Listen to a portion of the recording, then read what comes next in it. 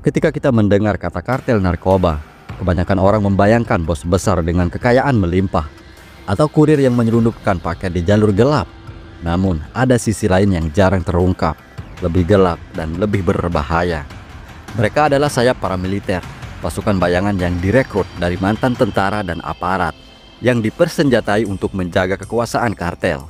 Tugas mereka bukan sekadar melindungi, melainkan beroperasi layaknya milisi, berseragam, bersenjata berat, dan memiliki struktur komando sendiri.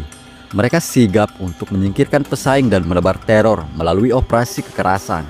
Sebuah revolusi kartel yang bukan lagi sekadar sindikat perdagangan narkoba, melainkan organisasi kriminal dengan kekuatan yang menyerupai tentara bayangan.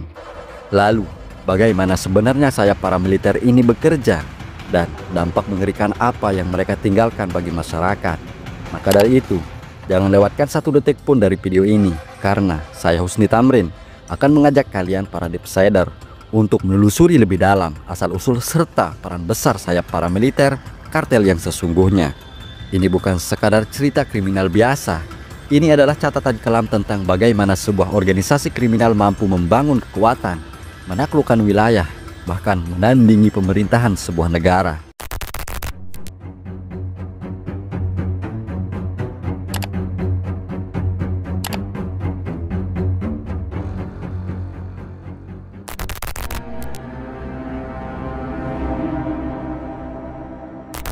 Sebelum kita mulai, ada satu hal penting yang perlu saya sampaikan.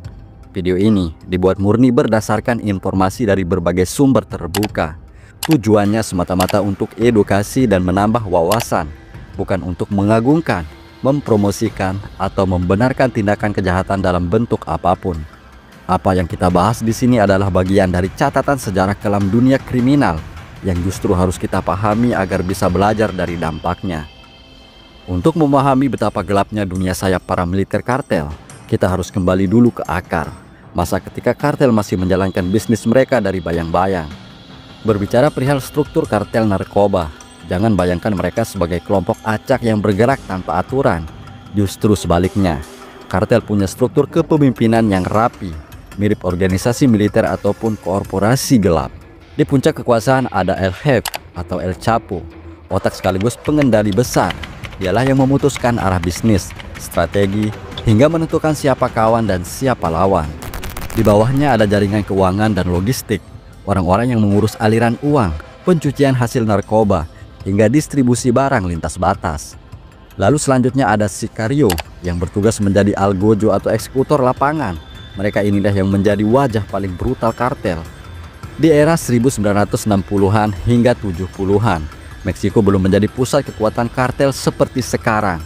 Produksi narkoba masih banyak berpusat di negara-negara di Amerika Selatan, khususnya di Kolombia. Namun ketika tekanan pemberantasan narkoba di sana semakin tinggi, rute distribusi mulai bergeser ke utara.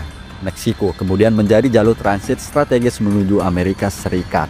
Pada saat itu, kartel-kartel di Meksiko masih bekerja secara relatif ramah. Mereka adalah jaringan penyelundupan dan pengedar yang mengandalkan korupsi dan suap agar operasi mereka tak diganggu. Polisi lokal, pejabat, dan aparat yang bisa dibeli menjadi tameng bagi mereka. Belum ada pasukan bayangan, belum ada kekuatan militer terselubung yang mengatur wilayah lewat kekerasan terang-terangan. Namun, perubahan mulai terjadi saat keuntungan yang diperebutkan semakin besar. Ketika bisnis narkoba meroket dan pasar Amerika Serikat menyerap permintaan masif, tekanan terhadap kartel turut meningkat. Rute penyelundupan, pelabuhan, enklave perdagangan, dan lautan uang menjadi target utama. Dan lawan tidak lagi hanya aparat negara, melainkan kartel saingan sendiri.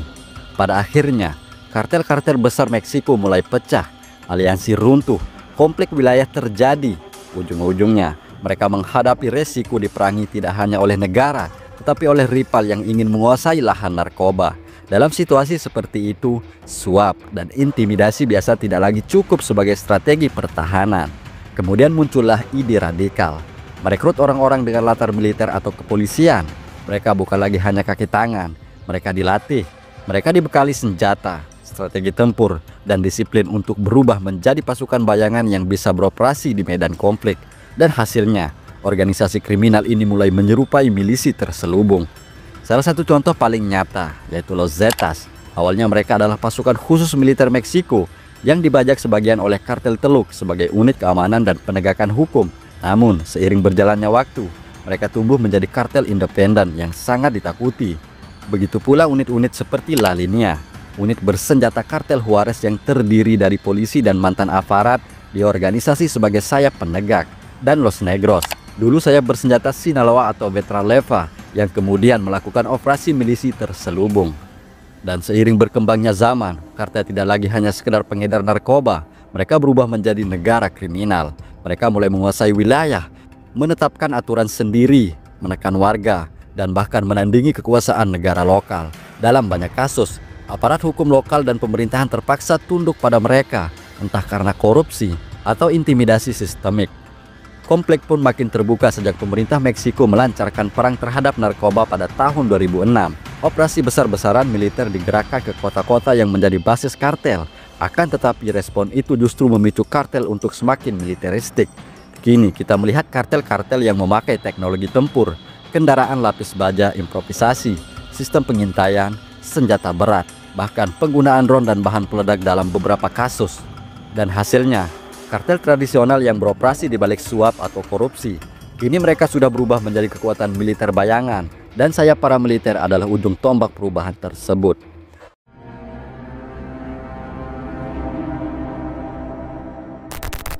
Perekrutan sayap paramiliter kartel bukanlah hal yang dilakukan secara sembarangan. Jika kita mundur sedikit, bagaimana Los Zetas lahir dari pasukan khusus militer Meksiko, prajurit yang seharusnya melindungi negara, justru membelot direkrut oleh kartel Teluk lalu berubah menjadi pasukan bayangan yang ditakuti.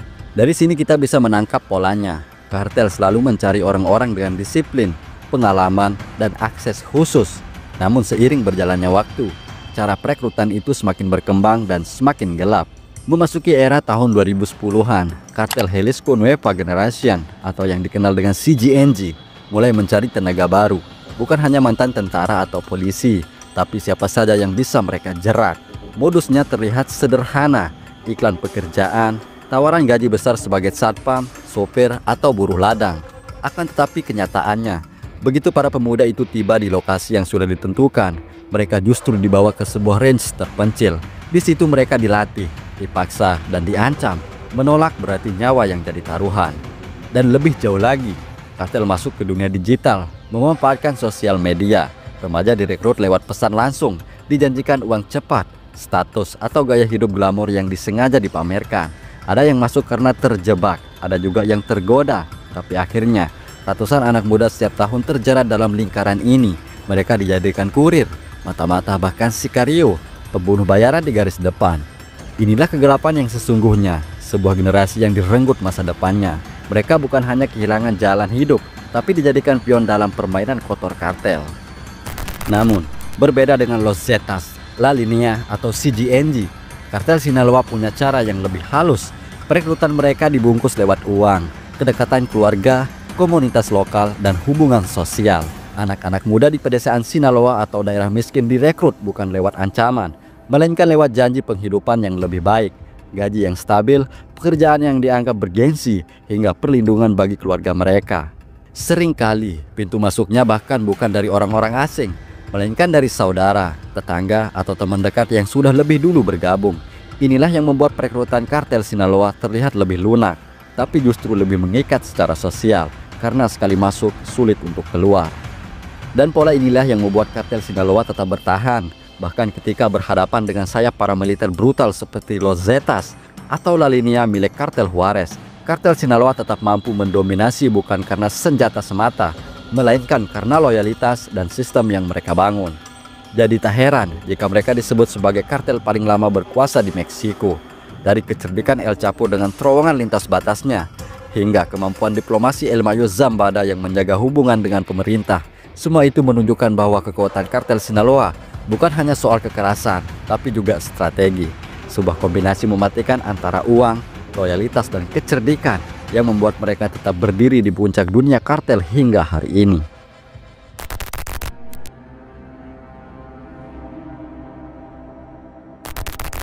Jika kita melihat lebih dekat lagi, sayap paramiliter kartel bukanlah kumpulan orang bersenjata yang beroperasi tanpa aturan.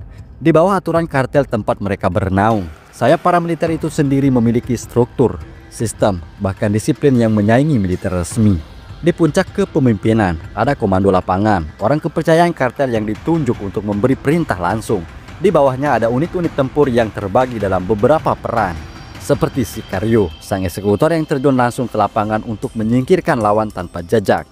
Halcones atau elang, mata dan telinga kartel, mirip-mirip unit intelijen yang bertugas meretas komunikasi, menyusup ke lembaga negara, bahkan membeli informasi dari dalam militer atau kepolisian. Kemudian grup taktis bersenjata berat. Inilah pasukan yang mengendarai konvoi truk pick-up berlapis baja, membawa senapan mesin, granat hingga roket anti-tank. Cara kerja mereka sangat organisir. Penyergapan dilakukan dengan taktik militer. Konvoi kendaraan bergerak seperti pasukan reguler. Bahkan mereka punya kode komunikasi sendiri. Semua ini menunjukkan satu hal, kartel tidak lagi sekedar mafia. Mereka membentuk tentara bayangan. Selain cara perekrutan yang masif dan unik, cara pelatihan sayap paramiliter juga tak kalah menarik. Bahkan bisa dibilang sebagai kunci utama mengapa kartel begitu ditakuti. Metode pelatihan dirancang dengan satu tujuan, mengubah orang biasa menjadi mesin tempur yang disiplin, loyal, dan siap melakukan apa saja demi organisasi. Para rekrutan digembleng melalui rutinitas yang keras, latihan fisik berjam-jam, simulasi patroli bersenjata, hingga permainan perang yang meniru operasi militer sesungguhnya. Beberapa laporan menyebut kelompok seperti CGNG memiliki fasilitas tersembunyi di pedalaman.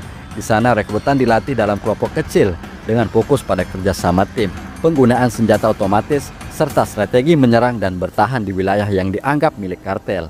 Tidak hanya itu, mereka juga diajarkan cara menghadapi aparat keamanan, bagaimana mengatur jebakan, bahkan bagaimana menanamkan rasa takut lewat aksi teror. Namun, pelatihan ini tidak selalu dijalankan oleh kriminal biasa.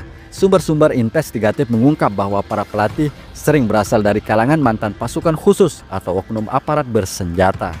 Orang-orang ini membawa keahlian yang sebelumnya dipakai untuk melindungi negara, lalu dialihkan menjadi pengetahuan untuk memperkuat organisasi kriminal, disiplin militer, strategi infanteri, hingga penggunaan peralatan komunikasi modern. Semuanya ditransfer kepada para rekrutan muda. Dan di zaman modern ini, metode pelatihan semakin berkembang. Ada laporan yang menyebut bahwa sebagian individu dari Amerika Latin pernah pergi ke zona konflik luar negeri, tepatnya perang Rusia dan Ukraina. Tujuannya bukan sekadar ikut bertempur, melainkan untuk mempelajari langsung taktik perang kota, penggunaan drone, hingga strategi menghadapi medan tempur modern. Namun, informasi ini masih bersifat indikatif dan membutuhkan verifikasi lebih dalam. Namun cukup untuk menunjukkan sejauh mana kartel berusaha mengupgrade kemampuan sayap paramiliternya. Namun perlu ditegaskan, klaim-klaim ini masih di tahap verifikasi. Kita menyampaikannya sebagai indikasi yang perlu dicermati, bukan sebagai tuduhan mutlak.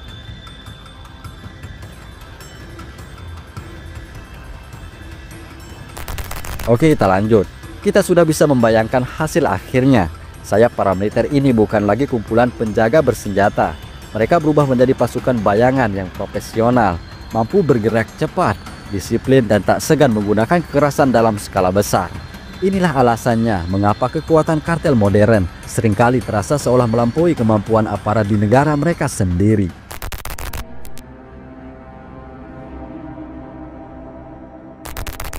Setelah kita menyelami tentang sayap paramiliter kartel terkait dengan struktur dan perekrutannya, berikutnya kita akan mengupas lebih jauh tentang perang nyata, darah, api, dan teror yang melanda masyarakat sipil.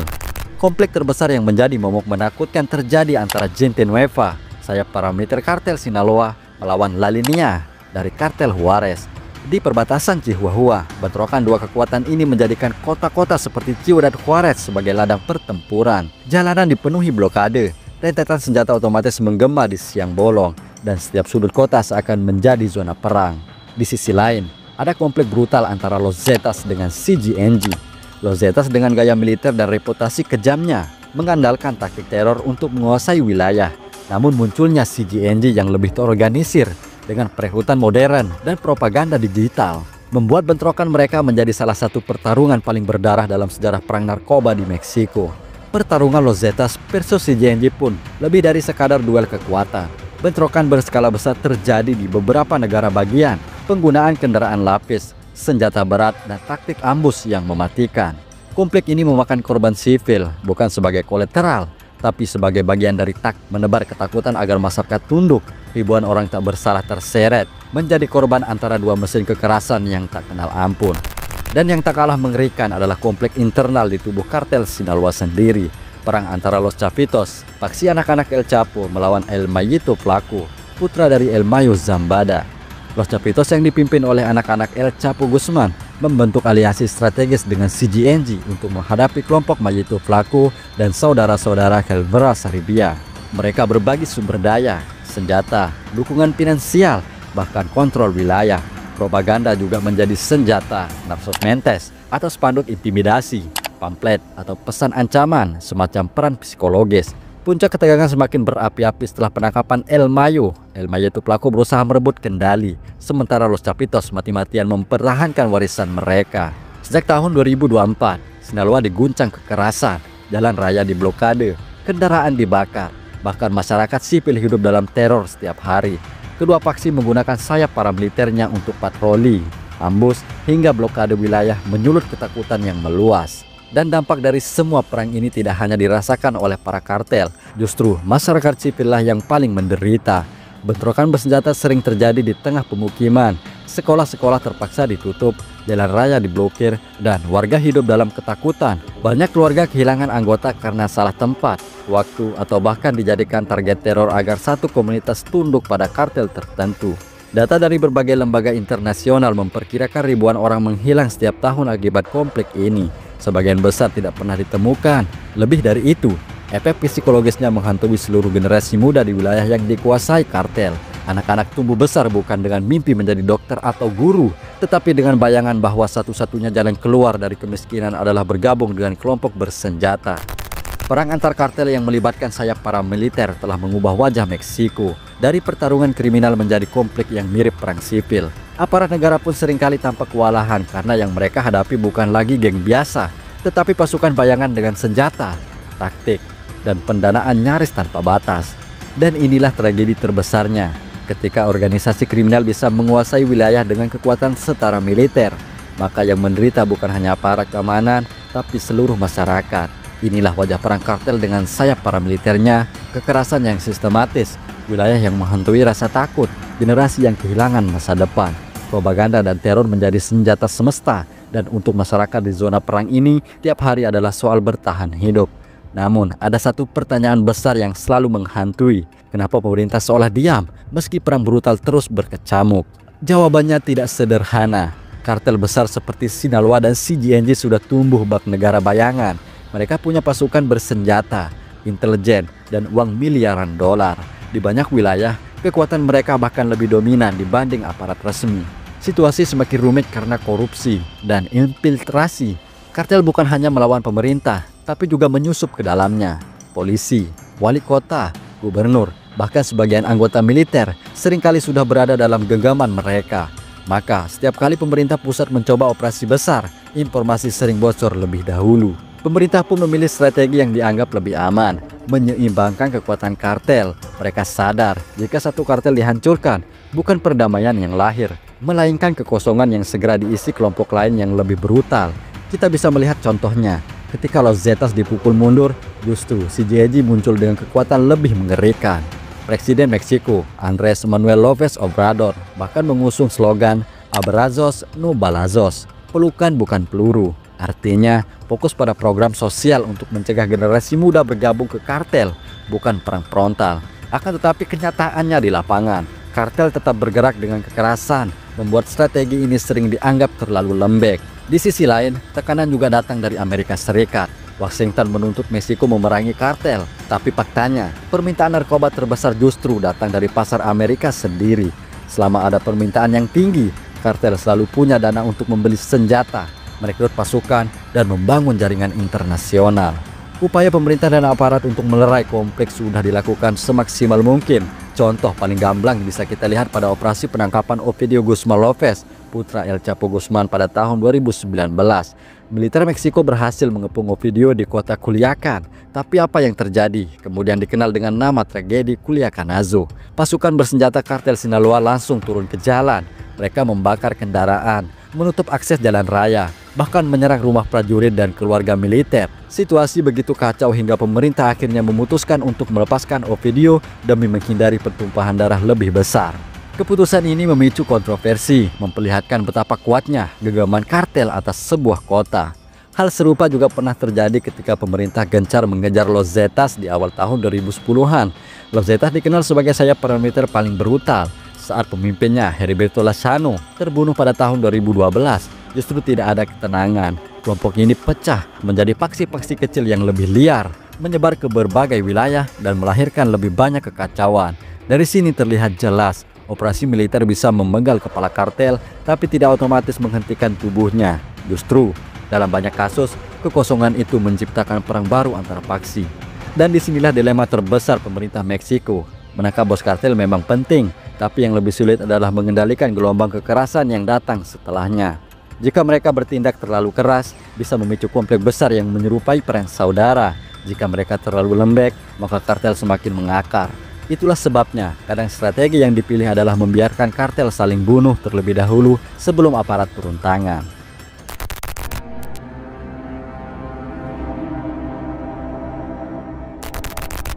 Dari perekrutan, pelatihan, hingga perang terbuka di jalanan, kita bisa melihat satu pola besar. Sayap paramiliter kartel bukan sekadar alat tempur, tapi juga senjata psikologis. Mereka merekrut anak muda, melatihnya dengan taktik militer, lalu melepaskannya ke medan perang yang bukan hanya melawan musuh kartel lain, tapi juga melawan negara. Yang mengerikan, setiap kali seorang bos ditangkap atau dibunuh, perang baru selalu lahir. Bagi masyarakat sivil, artinya penderitaan tak pernah berakhir. Rumah terbakar, kota lumpuh, nyawa hilang, semuanya hanya menjadi angka dalam laporan resmi, sementara luka yang ditinggalkan jauh lebih dalam. Pada akhirnya, sayap paramiliter kartel adalah cermin dari rapuhnya sistem negara. Mereka bukan hanya bayangan gelap yang beroperasi di luar hukum, tapi juga kekuatan yang berani menantang pemerintah. Dan inilah catatan kelam yang harus kita ingat. Ketika sebuah organisasi kriminal bisa menguasai jalanan, melumpuhkan kota, bahkan membuat negara tunduk pada tekanannya, maka itu bukan lagi sekadar perang kartel. Itu adalah perang yang menentukan masa depan sebuah negara. Oke, untuk para Deepsider, itulah perjalanan gelap tentang bagaimana sayap paramiliter kartel lahir, dilatih dan menjadi mesin perang yang mengubah wajah Meksiko. Cerita ini bukan sekadar tentang kriminalitas, tapi tentang bagaimana sebuah kekuatan bayangan bisa menantang negara. Kalau kalian merasa video ini membuka sudut pandang baru, jangan lupa untuk like, share, dan subscribe, supaya makin banyak orang tahu kisah-kisah kelam yang jarang dibahas. Saya Husni Tamrin, dan ini adalah Deep Story, tempat di mana kita menelusuri sisi lain dari sejarah, misteri, dan kejahatan dunia. Sampai jumpa di video berikutnya, dan tetap waspada, tetap kritis, dan jangan pernah berhenti mencari kebenaran. Dan untuk teman-teman yang sudah subscribe, saya ucapkan terima kasih sudah mau menjadi bagian dari perjalanan ini. Seperti biasa, Lema Bedait Malik.